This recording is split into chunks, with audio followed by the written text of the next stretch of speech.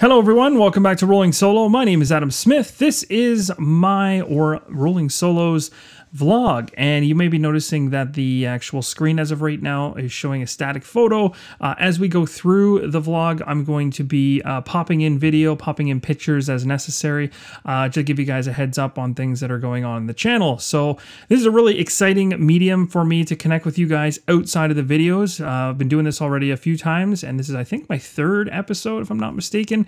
So I'm really excited for this and want to give you guys a heads up on some things behind the scenes as well, and even clarify a couple things that you may be wondering through some of the playthroughs. So we're going to start right off the top with stuff that has nothing to do with what you'd see on my channel, and that is my Monday nights. So Monday nights is my game group.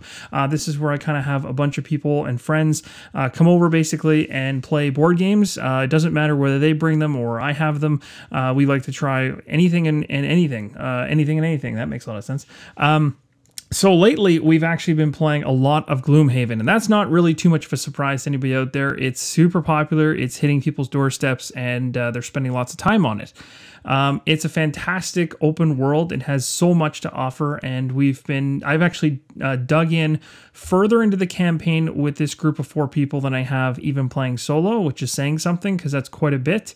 I think we've played this now in terms of how many weeks in a row we've played this, because we've been playing it sporadically as well. I think we're on 4, maybe 5 soon.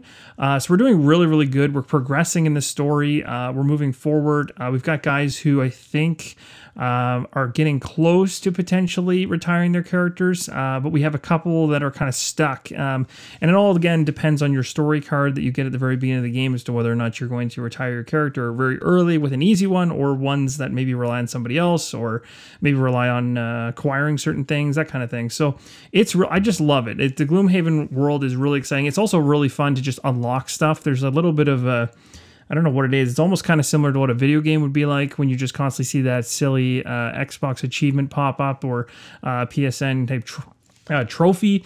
That kind of feeling you get is what you get in Gloomhaven. And I think they nailed that 100% by giving you not only like global achievements, but also stickers that unlock different locations. It gives you a feeling of that you truly are essentially progressing, and you can actually see it on a map. And I really like that. I am using, as you guys probably saw in some of my previous Gloomhaven videos, I'm using my laminated Gloomhaven map. So essentially that allows me to reset it anytime I want to. Of course, the game itself comes with a regular cardboard map, which then you put actual stickers on. I wanted to kind of get away from that so that I can reset it anytime I want. So I laminated a picture that I took off of BoardGameGeek of the map, and it's worked out phenomenally. I've been able to reset the game, I think, 4 times now, so that's really cool. So anyway, that's Gloomhaven. We've been ripping through that, playing a lot of it. And one of the most embarrassing things that I want to let you guys know about is I think it was the first time I'd picked up Gloomhaven in maybe, I don't know, 3 months or something like this. So this is at the very beginning of this particular group session or campaign of Gloomhaven. The very first night I was kind of showing some people that had never played before. We got through the rules, we started playing, and my character, for some strange reason, like I basically just ran out of cards, which is typically in Gloomhaven, when you run out of cards, you're basically done. You've run out of life, you've run out of stamina, whatever you want to call it. Your hand management's gone down the toilet, and you are ready to basically fall over. Now, the funny thing that I forgot, and this is super embarrassing, so I taught all the rules and stuff like this. We got all the way to the end. My character had run out of cards, and I said to everybody, I'm out. I don't know what happened, but I'm out. I've run out of HP, and I can't do it anymore. What I had totally forgotten about, and this is like the silliest rule in the world to forget about. For some reason, it just didn't click in my brain that I could do it. And I've played this game, like you guys have seen, I think I have 120 something videos of Gloomhaven. So I've played this a ton, but because of that little break there for a certain period of time, I forgot that you can actually discard a card in order to negate damage that you take. For some crazy reason, I was just sitting there taking the damage and never discarding a card on big hits. This is like one of the major strategic decisions you have to make when going into battle and taking damage. And for some strange reason that night, I totally forgot. And I literally said, guys, my character's out, good luck. And I sat there and watched them continue playing. And then right near the end of the night, I had this like epiphany. And I was like, I am a fool. I totally forgot that I could have, discarded cards to negate damage, and I would still have been alive. I still would have been able to gather loot. It honestly was probably one of the most embarrassing misses on my part. Everybody makes mistakes. Like I've even in that game group, I've seen people take their turn incorrectly. Sometimes I don't. Usually, in most cases, I don't say anything because at the end of the day, it's on the person, I think, to basically choose how they want to play the game. And I'm not really a big fan of quarterbacking a game and essentially telling people what to do. I like seeing them try to churn through their thought process and come up with their idea and how to handle something. But I could not have been more embarrassed that night. When I remembered after I'd sat there staring at the board dead for, a few rounds, that I could have just discarded cards to stay alive. So that was super embarrassing. Hope you guys enjoyed that. You're probably getting a good laugh out of that. And to be totally honest, like I said, based on how many times I've played this, I don't understand how I forgot that, but I just did. Anyway, we're going to move past that. So that's Gloomhaven on Monday nights, and I think we're going to continue doing that. We also have a really, really big desire to play Eldritch Horror, which is a fantastic solo game, if not a fantastic co-op game as well. And we continue to add expansions to that. There's new expansions coming to that all the time. I'm so far behind on it, but as of right now, we've got Mountains of Madness added in. We also have Forsaken Lore added in to the base game. We've been playing through all the different ancient ones. So that one's been a blast, and it kind of comes in and out. Same as Mansions of Madness. Fantastic game, kind of comes in and out of the group. We play it whenever we want to break from a campaign-based game. So that's kind of Monday nights. The next thing I want to talk about is just kind of stuff you've probably seen through my Facebook feed and Instagram is just Potion Explosion. So I've been playing this a lot with my wife. We played this at a board game cafe. It's a fantastic game. If you're looking to get your significant other, girlfriend, or even just a friend, it doesn't matter who it is. For me, it's my wife, into a game. Potion Explosion is essentially a very... Essentially, is what it is it takes Candy Crush, and which was a really popular and almost annoyingly popular game to a certain extent. I never really got into it, but I heard how absolutely obscene and how much time people put into that one. But essentially, it takes that kind of mentality where you're essentially dealing with different colors and matching stuff up and collecting stuff and whatever. And you're kind of, when you're playing the digital version, you're clicking on a screen is a little different than pulling marbles out of a track. But it has that kind of feel to it. So essentially, it's like that game on a table, but obviously the game mechanics are different. Potion Explosion is extremely fun. It's really fun, and also gets even more chaotic when you play with more people because you have no idea how far ahead you are or behind. When I'm playing with one other person, I can kind of have a decent idea, even though I really can't count how far ahead or behind I am. But once you get 4 people in the mix, it gets crazy. We started playing with the Fifth Element expansion. That's a fantastic expansion and adds a whole bunch of new teachers into the game, which adds a whole bunch of new rules into the game, so allows for tons of replayability. I highly recommend if you enjoy Potion Explosion already. It's a cheap expansion that's totally worth your money to grab. Again, this is not really solo related, but just thought I would share this on the side. All right, so let's talk about the channel for a bit. So in terms of what's going on the channel right now. So at the moment, we have things in terms of what's being played. We have Star Wars Imperial Assault. It's a fantastic game. And in terms of the solo experience, it's been amazing. I can't even tell you how much fun I'm having with this thing. In most cases, I play through a game once and I showcase it through one scenario and then I'm done. But I really am enjoying playing this one on the channel, and I think you guys are enjoying it as well. We're learning a lot as we go and kind of whittling down the rules as we go and all the different quirky things that you might see. But I'm planning on continuing this one. It's not going to be as heavy hitting as I have been. So typically when I'm showcasing something, it's coming out every day or every second day. With Imperial Assault now, it's going to start to take a back seat. So I'll still do it, but it's not going to be something that you're going to see consistently all the time. Every once in a while, you're going to see a Star Wars Imperial Assault video pop up kind of in between, just to kind of keep it going. But I also can't promise how long I'll go with it because it is a lot of work. There's a lot of work involved in terms of, and near the end of that showcase, I started implementing the app view straight into the video as well, which required a lot of editing and things like that. So it takes up a lot of time, but it's so much fun that I love it. It's an amazing experience, and I cannot wait for more content for that one. So anyway, just want to let you guys know that it will continue, but in a slower pace in the future. And then at some point, I'm going to have to kind of put the axe down on it and say that we've covered the bases.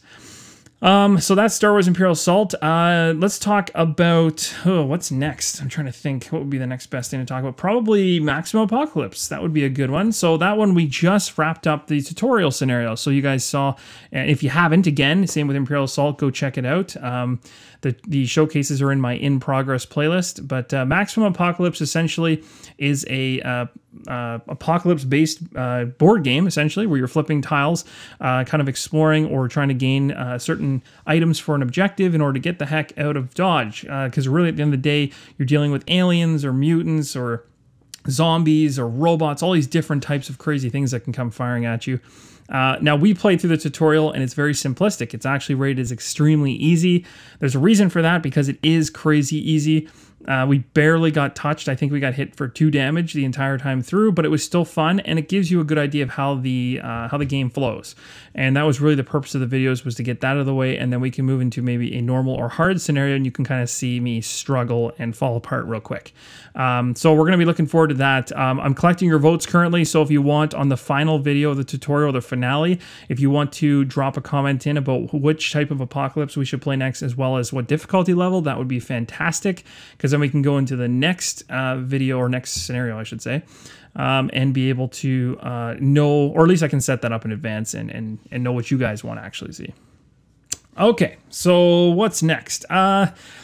I'd say the next thing that's pretty important to talk about would probably be U-Boot the board game. I think that's a big one. So we're in the final stretch here. I think there's 3, as of this recording anyway, I think there's 3 days left. So by the time you're hearing this, there might, oh, sorry, no, that's wrong. I think it ends on the 14th, if I'm not mistaken. So I think there's 4 or 5 days left now. So anyway, if you're hearing this and you haven't heard of U-Boot the board game, it's fantastic. So I have, and I was really fortunate enough to be asked to basically, you know, whether I'd like to receive the prototype.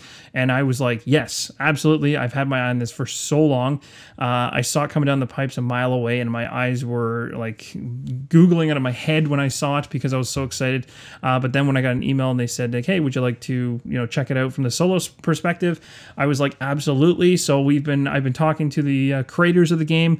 Again, there's no, as with anything on my channel, there's no paid promotion thing going on here. So for any of the Kickstarter previews you guys have seen, I've never been handed a bunch of money. That would be, I mean, that would be something that I'd be disclosing. Actually, YouTube, just so you guys know this as well, YouTube actually allows you a spot inside the video to let people know whether it's a paid promotion. So if there ever was a time in the future where I wanted to do that for something and I thought it was worthwhile enough, then I would mention it, and that would actually flag itself so that it's visible right when you start watching the video. It shows up as like a little tab on the bottom of the video.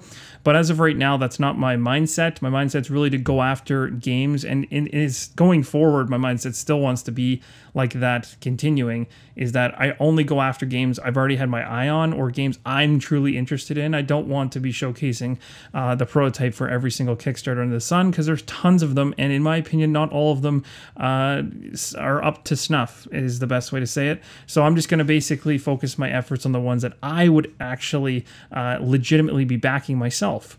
Because that, to me, is what you guys want to hear, is what is interesting in the solo realm. So for U-Boot the board game, I have the prototype. They were kind enough to send it to me. That was awesome. So I was able to play it. I was able to play it off camera. You guys saw that I did a solo setup video as well as a rules overview. Now, both of those videos were done perfectly in terms of, like, I didn't run into any problems.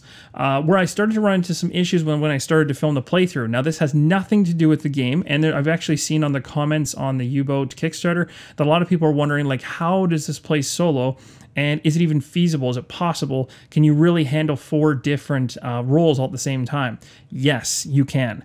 And I will say that with 100% certainty after actually having the game myself and playing through it. You definitely can, and it isn't too much. So at the very beginning, like any game, there's always that hump to get over of, well, what do I do next? But eventually, and you can even see it kind of in Radu's playthrough, he essentially kind of, you know, there's times where he starts to panic a little bit, and he kind of gets a little jittery, and he wasn't sure where, you know, he was supposed to go and stuff like this. But in the end, he basically covered the bases. But if you play through the game a couple times, just like any board game, you very quickly know exactly what to do in certain situations. You will know, okay, the ship has spotted me. What do we do? Okay, I see a ship. What do we do? That type of thing. It starts to become more of a procedure, which it would be in real life, because when you're thinking about it, in that type of setting, you know, if a boat sees you and starts turning towards your sub and you're looking at it through the periscope, the captain has to know what to do in that situation. If you hear gunfire, you have to know what to do in that situation. So the game becomes more of a procedural thing where it's if you played a few times yourself alone, you very easily can control the different roles because you know exactly what you want to do. It actually, in my opinion, becomes a little bit more stressful when more people are playing because you have to coordinate with all these different brains, and these different individuals have different perspectives on how they should handle a certain situation. So really, until you've played it a few times with a group, do you actually realize that the group essentially learns the synergies of how the game works and what to do in certain situations.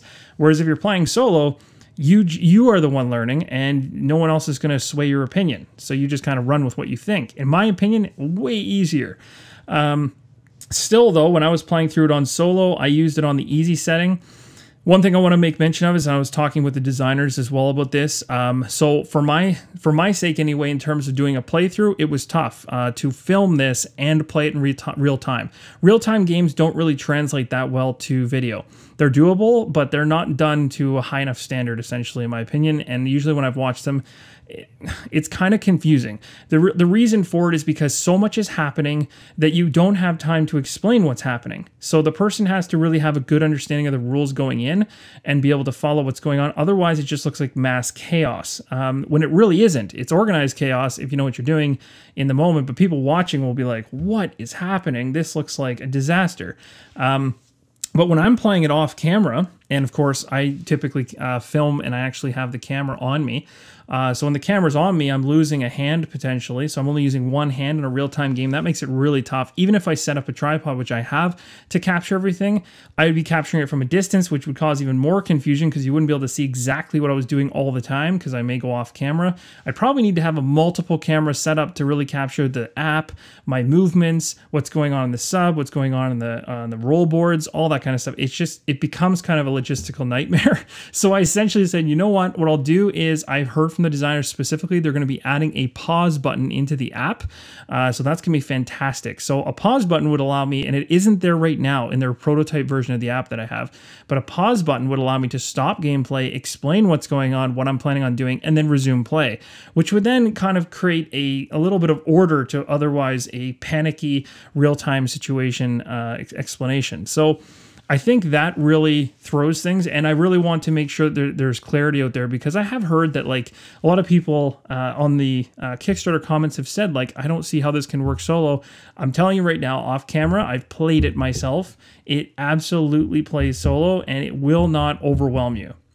Once you understand the top priorities for each of the different roles, you know when you're supposed to do them, and you can do them in order, you can do them out of order. You will have the necessary time. You can increase the time going by, you can slow it down, that type of thing. So that does help a lot. And slowing it all the way down helps a lot because you can get a lot done.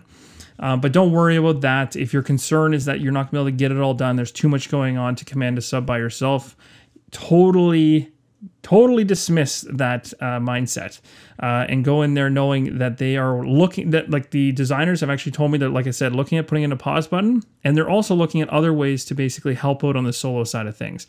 I can't promise or say anything further because I don't know what they're planning on doing, but the app may be able to potentially help out solo play. There might be something implemented that allows you to not have to worry about a specific role or specific task, and the app may handle it for you, that type of thing. But until they state something like that, I really don't want to go down that road. To me, the pause button is what matters, because if you're playing solo, you can pause something, catch up on what you're doing before you resume play, right? So the pause button is going to be pretty handy. The next thing I want to talk about is the fact that they were kind enough to also offer everyone on Rolling Solo the opportunity to jump into a giveaway for UBOOT. So either way, if you already have a pledge and you want to get in on this, or like regardless, if you don't want to get on this or not, if you're part of the Rolling Solo community, I really want to encourage you to jump in on this giveaway, because I think it's going to be a fantastic quality end product. I'm not going to lie, any prototype I've ever received. And I used to, prior to doing the channel, look at prototypes and give people feedback on them. I have never seen such a high quality prototype, almost a game ready, final production type ready prototype in my life. Like, it is as close to being done in terms of what's on the table as I've ever seen from another game. The sub was mind-blowing. Like, the graphic design's great. Of course, there's some small things in there. I think there's some spelling mistakes and small things like that, but a lot of that's going to be worked out. And anyway, I just highly recommend it. And I also want to let you guys know that I will also be definitely getting this myself. And when I do get it, I will be then, when it's in its final stage, we will definitely be doing a showcase on it so I can show you what it's like. I think it makes more sense to wait until the final product comes out to show you that, because mainly you get to see how the final product works, and things may change from the prototype to the final. And if I was to do the prototype playthrough, a lot of that would become, I guess, expired or outdated, essentially, by the updates that they make through the Kickstarter and afterwards. So it just made more sense to wait. So hopefully that makes sense, but I highly recommend you check it out if you're interested in the theme or the mechanics and that kind of thing. So that's enough about UBOOT. It's fantastic. It's in its final days, so jump on Kickstarter, check it out if you haven't already. Next up is going to be a game coming to Kickstarter soon. That's right, it's going to be something that I want to point out to you guys to keep your eyes on, and that is a game coming towards the end of February, so you got some time to get ready for it, and also do some research on it yourself. This game is called Palm Island, and it's coming to Kickstarter near the end of the month. I will post the exact estimated date in the description below for you guys. I don't want to shoot that off the hip from here and be wrong, but this game is coming from a designer named John, and he's the publisher for this is Portal Dragon. He'll definitely be throwing that on Kickstarter near the end of the month. And just to give you a little brief description of what Palm Island's all about, Palm Island's played in the palm of your hand, exactly as it sounds, and I literally mean you're holding it into your left hand. You use a small deck of cards, you upgrade your buildings, you gain more resources, abilities, victory points. That's really the key, is getting those victory points. The game ends after 8 rounds of play, and you try to get the most points to win. Now, you can play this solo, you can play this cooperatively. There's elements cooperatively, kind of facing other elements. You can also play this competitively, which is really cool, which allows you to essentially have 2 decks of cards. Each player playing has a deck of cards, and it's more of a race to essentially to get to the end of 8 rounds. Because if you beat your opponent to a certain round, you're able to then use your resources that you've stored in order to purchase items or other cards or resources or abilities that the other player doesn't get to, and you kind of beat them to it and get it first, which is really cool. If you're playing this solo, you're doing this more so for the victory point side of things. So this would be similar, but totally not the same game as Mage Knight. But Mage Knight has that idea where you're playing solo and you're trying to get the highest score. You're trying to be the most efficient with your play. Same idea here. It's all about trying to get the highest score. Now, that's the one side of the solo realm in terms of what this game will have in it. So for solo players out there, you can literally hold this game in the palm of your hand and play it with 2 hands. You do not need a table to play this. However, if you wanted to play competitively, maybe even cooperatively, you might need a place to just rest a couple cards because there'll be cards that you guys will be kind of vying or basically battling over, essentially. But in solo play, you're playing straight out of your hand in most cases. But we'll talk more about that in a little bit. But regardless, the footprint on this thing, even if you do need a little bit of table space, is tiny. And that's what I think is going to make this thing super accessible. And it's going to be one of the kind of, it's going to be a really surprise game, I think. I think this one's going to take off on Kickstarter. I think this is going to be a game that a lot of people that are not into solo gaming are going to sit there and say, you know what, this would be a really fun game to just have in my back pocket when I'm stuck at the airport, when I'm stuck at home, when I've got time to kill in the car, you know, all that kind of stuff. You can whip this game out and it's just as fun, if not more fun, than an app. And I know I'm saying that because I'm actually surprised, because I've played this through.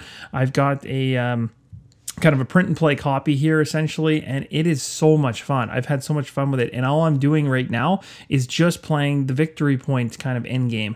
There is going to be a feats section which is going to get added into the game to allow for campaign play in solo, but right now the copy that I have currently focuses mainly on the point one, which is what I'm going to show you the most of. So over the next coming weeks before the Kickstarter, I'm going to be going through kind of a solo setup for it, which should be very quick. The rules rules overview will be part of it. I'm going to combine those videos into one because I think we can cover it in one video.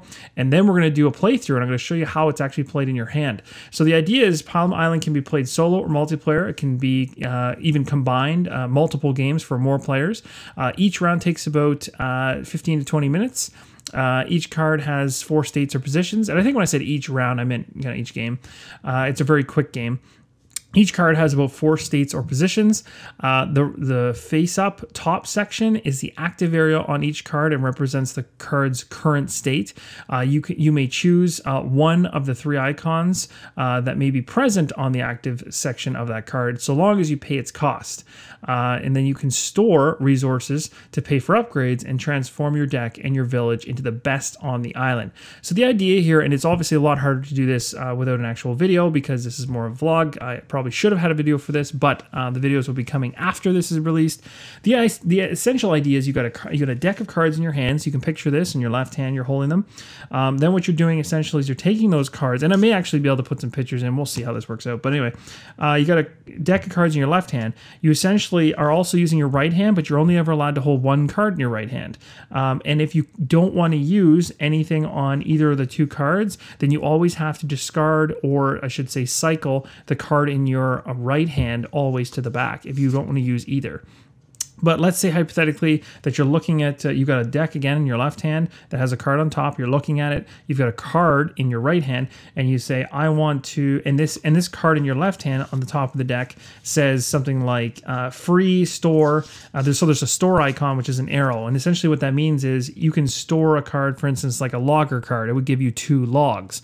If you choose to store that logger card, you're really just turning it 90 degrees clockwise, and then you're going to place it at the back of your deck. So that's all being done in the one left hand. So you're essentially taking that card off the top of the deck that you're seeing and looking at. You're turning it 90 degrees and you're putting it at the back of the deck. Now it's sticking out. And when it's sticking out, the resources are showing. So it's reminding you as you continue to move through the deck that you've got 2 logs stored away. So then you start looking at what's in your right hand. Your stuff in your right hand, or the 1 card in your right hand, shouldn't have changed because that should still be the same. But now you've got a new card on top of your left hand. So then all of a sudden, say for instance in your right hand, you have something that says you can pay 2 wood to flip the card or rotate it. So you say, I'm going to pay 2 wood. You can then go to your left hand, and on the bottom of the deck where you store those 2 wood, and it's 90 degrees clockwise right now, so it's facing off to the right, you can then go 90 degrees counterclockwise. You rotate it back up, so now it's disappeared and hidden under the deck, and then it tells you to go ahead and rotate or maybe flip the card in your right hand. And you flip it around. So it's a lot of rotating and flipping and all this kind of stuff. The whole purpose is you're essentially trying to upgrade your village, essentially. And you're doing things like upgrading temples and markets and houses and quarries and all kinds of different cards. And essentially at the end of the game, what will end up happening is there'll be a bunch of point values on the cards. And whatever point value is showing at the top of the card, the active section, is basically what's counted. And you score points based on the number of points that are shown up there. So some of the cards, if you don't upgrade them throughout the entire game, will be worth 0. But if you get through and you land a 6 and stuff like that, then you got 6 points. You add it up. I think when I played, I might have been low 20s, I think, the first time, which I don't think is bad. I don't know what to compare it against necessarily, but I'd have to play it a few more times. Again, the idea behind it, mechanisms-wise, is it's a simultaneous action in their selection, or a simultaneous action selection is really the mechanism there. And the cool thing is it's a city building, card building kind of game. And I don't know, something about it I just love. And I think what's happening here is it's more so the mechanics are what's driving it for me. The theme is okay. The theme is cool. It's an island. I get the idea behind that. The other thing to make mention of, or I guess I'll continue on that train of thought, but I think what's going to happen is when they introduce feats into the game, so that's F-E-A-T-S, they're going to basically try to implement, I think during the Kickstarter, some way of playing this in a campaign style. So essentially, you're not just trying to beat your highest score, which I could see how that would potentially get a little bit monotonous over time, maybe, or maybe you don't have anyone to compare your score against, or you can't, you just want something a little bit more.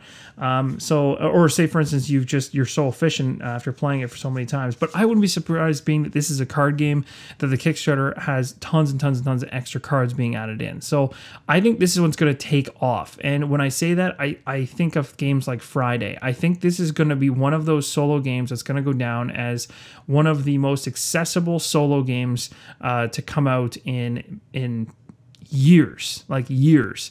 And I'm not just hyping it up just to hype it up. I really, truly feel like that. After I've played it a few times myself, I'm like, if I wanted to give a game to somebody and say, you know, play this to see whether you enjoy the idea of playing a game solo, this would be a fantastic starting point. Now it's got just enough cool game mechanisms. It's smartly made.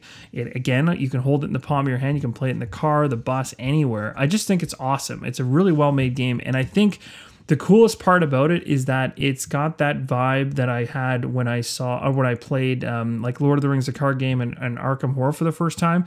I just start immediately thinking of all the different things that you could add into this game to essentially take it to the next level. Like, it's an open book. You could really, the sky is the limit in terms of what could potentially happen during the Kickstarter for this one and all the things that could get added into it. He could really, really create something truly special with this. I think the potential is off the charts for this one. So what I wanted to do is just talk a little bit about it here so you guys know that it's coming. Check it out on BoardGameGeek. You can actually find the Palm Island listed there. Again, it's even rated by the community as being best for one player. Of course, the competitive and co-op stuff is great to have in there as well. And of course, as the game goes on, things may get changed. The rules may change. The cards may change. So what I'm going to show you is the prototype copy that I have. So on the channel, over the coming week or so, I'm going to give you those videos to hopefully help you better understand what the game mechanisms are all about. And that way, when the Kickstarter hits, kind of kicks off, you'll be able to sit there and say, oh yeah, I was waiting for this one. Or maybe it didn't work for you. So either way, I just want to kind of throw it out there that I think this is going to be something special, and the accessibility for it is going to be one of the biggest driving factors, and probably the cost, I would imagine, because I don't think cost is going to be as a barrier of entry on this one. So anyway, that is Palm Island. I think that's all I wanted to say for that. I think that pretty much sums it up at the moment. The next thing I want to talk about is Deepcut Studios. So this is a company that makes absolutely fantastic playmats. If you have not seen my featured product video, which I just put out the other day, I was able to obtain a Deepcut Studio mat myself. I really, really like it. And I needed one because I needed it for my gaming table. So I have a Game Anywhere table, and basically I was trying to keep it from being destroyed, essentially. And I needed something big enough, so I went to them and was able to get a really cool orbital night map, I guess is what they call it, and stuff like that. And as soon as I unrolled it at home, my brain exploded. It was so nice, and even better than the pictures. The pictures looked okay, but when I saw it in person, I was like, holy. And so I ended up talking to them, and they were actually generous enough to give me a coupon that I could give to you guys in order to give you a discount if you're interested in it. And so for the majority of places, it's actually really good shipping price. I believe for Canada, it's a little steep. So I'm sorry about that. But I'm going to be trying to also look for another option inside of Canada for the Canadians out there, being that I'm one of them. But for everybody else, I think that they have retailers in your area and stuff like that. And there's also a couple Canadian retailers, I think, that still carry Deepcut Studios stuff, but they're on order or something like that, so I'm not too sure. But again, you can always contact the company directly. So anyway, hopefully the coupon helps you out. But I just wanted to kind of say, like, and again, with most of my feature product videos on the channel, I'm not being paid for any of them. So I'm not featuring a product because somebody's throwing a bucket of cash at me. I truly am just showing something that I'm really excited about. So that was really, and then of course, at the same time, if I can talk to that particular company and be able to get something that helps you guys out, like a coupon, I'm going to do it because I want to be able to help the community out. So I thought their stuff was awesome, and that's pretty much all I want to say about Deepcut Studios. Great stuff, high quality. The last thing I want to make mention of is Too Many Bones 1-year community giveaway. So if you have missed this, get in on it. It is a giveaway, and you'll find the video if you've already missed it. It's the 1-year celebration video that I put out, I think, about a week ago or so. We hit our, or maybe it's a little bit more than a week, we hit our 1 year. So our very first full year of rolling solo went past. And that blows my mind in and of itself. I can't believe how much support you guys have given to the channel. It's incredible. We continue to grow. Like the solo community, I think the solo community is so strong, and it's been hiding. I think we've been in hiding for a very long time. I think, and because when you think of the essence of a solo community, you think of a group of people that are playing by themselves. So you're not really chanting from the rooftops that you're playing a game by yourself, but you're starting to see now in these Facebook groups and guilds and everything else, people are starting to get it out out there and saying like, look at the purchases, look what I picked up to play solo.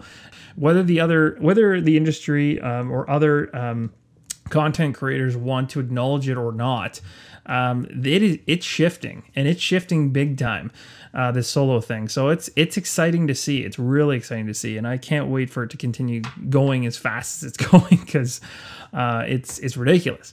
But it's exciting to see that you're not the only one out there. There's tons more of us. There's tons more people like us. But anyway, that's pretty much it for this one. This is the wrap-up of episode number 3. Hope you guys enjoyed it. Hopefully I didn't miss anything. And if I did later on, I'll add it to episode number 4. I'm going to try to start doing these a little bit more regularly. I was doing them, I think, every second week. So I'm going to try to do that again in 2 weeks. We'll do another one of these. But the last one I think was months ago. So I'm sorry about that.